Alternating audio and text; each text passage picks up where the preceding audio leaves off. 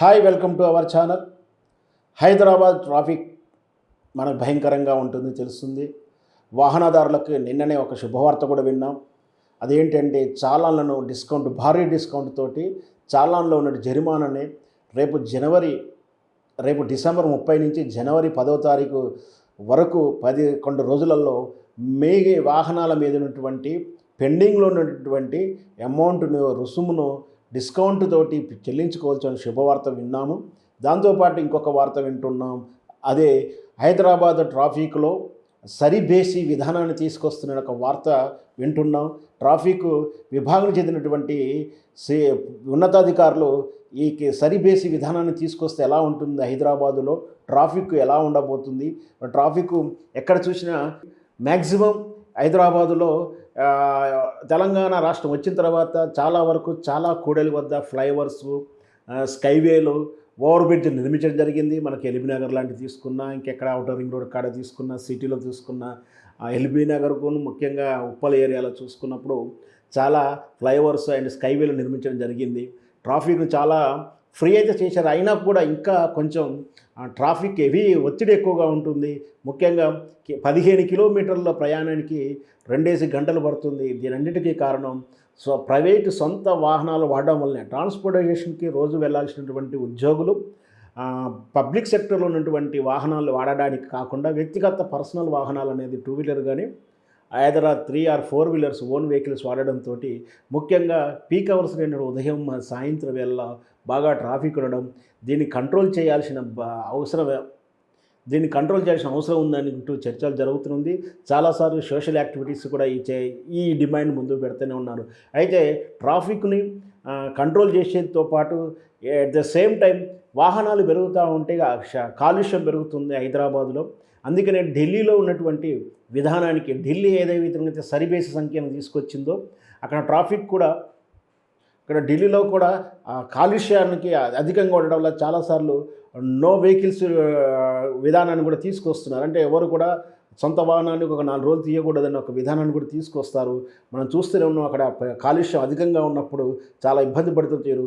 భవిష్యత్తులో కూడా హైదరాబాదులో అలా కాలుష్య ఒత్తిడి ఉండకూడదని, ట్రాఫిక్ ఒత్తిడి ఉండకూడదని నిదానంగా ఈ సరిబేసి విధానాన్ని అవలంబిద్దాము, అలవాటు చేద్దామన్న ఒక చర్చ జరుగుతున్నట్టుగా తెలుస్తుంది. ఇంకైతే పూర్తి స్థాయి నిర్ణయం అయితే జరగలేదు, కానీ ఈ సరిబేసి సంఖ్య విధానాన్ని తీసుకొస్తుంది. మరి ఇంతకీ సరిబేసి సంఖ్య విధానం అంటే ఏంటి అని చాలామందిలో అనుమానం ఉంది.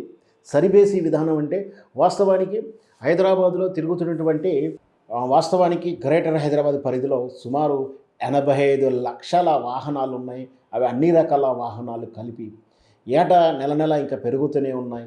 అంటే త్వరలో 1 కోటి వాహనాలు అవుతున్నాయి. ఈ 1 కోటి వాహనాలలో సుమారు 60% డైలీ బయటకు వచ్చే అవకాశాలు ఉన్నాయంటే ఒక్క రోజులో 60 లక్షల వాహనాలు తిరిగే అవకాశాలు ఉన్నాయని ఒక అంచనా వేస్తున్నారు.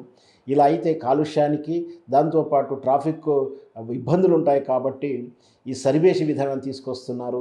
ఈ సరిబేసి విధానం అంటే ఏంటి అంటే, మన వెహికల్లో నెంబర్ ఏదైతే ఉంటుందో, అంటే ఫస్ట్ జోన్కు సంబంధించిన నెంబర్ ఉంటుంది. అంటే తెలంగాణ అయితే టీఎస్ అండ్ డిస్ట్రిక్ట్ కోడ్ ఉంటుంది. ఆ తర్వాత మనకు సిరీస్ నెంబర్ ఉంటుంది, బండి వెహికల్ నెంబరు. అంటే ఉదాహరణకి టీఎస్ 13 ఎస్ఎస్ అనేది గ్రూప్ ఉంటుంది. అంటే అది మన రీజన్ తెలియజేస్తుంది. ఆ తర్వాత మన వెహికల్ నెంబరు 4 అంకెల సంఖ్య ఉంటుంది. ఉదాహరణకు మన వెహికల్ నెంబరు 4, 5, 6, 7 అనుకోండి. చివరిలో 7 అనేది బేసి సంఖ్య. ఈ బేసి సంఖ్య ఉన్న వాహనాలు, ఇలా బేసి సంఖ్య ఉన్న వాహనాలన్నీ అంటే 1, 3, 5, 7, 9 ఇలా ఉన్న బేసి సంఖ్య చివరిలో ఉన్నటువంటి నెంబర్ ఉన్నటువంటి వాహనాలు కేవలం వ్యక్తిగత వాహనాలు, ప్రైవేటు వాహనాలు మాత్రమే.